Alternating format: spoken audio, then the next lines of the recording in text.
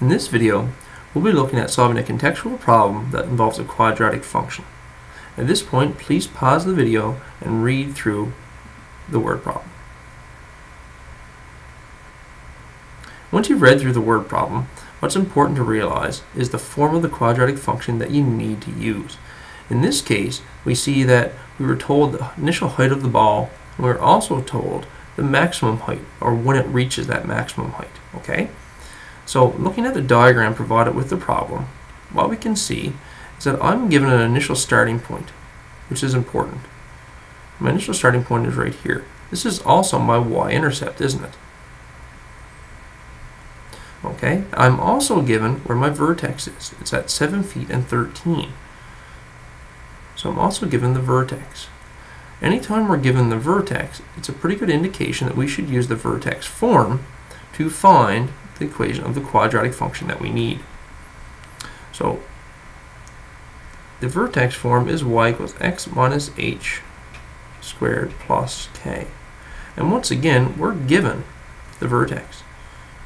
The vertex in the problem is at 7 and 13.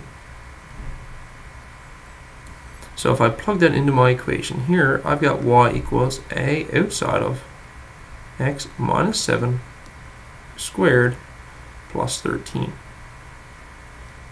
Now I still need to find the a value. Fortunately, I've got the y-intercept, which I know to be at 0 and positive 8, because that's the height the ball was released from. So I'm going to use that point for x and y to determine the a value. So plugging 8 in for y, I don't know a, that's what I'm looking for. I'm plugging 0 in for x, which means I'm going to have negative 7 squared here, plus 13. So I want to subtract 13 from both sides, get negative 5 over here, and that's going to be 49a. Divide both sides by 49. So I've got negative 5 over 49. And we can leave a as a fraction here. So my final function is going to be y equals negative 5 over 49 outside of x minus 7 squared plus 13.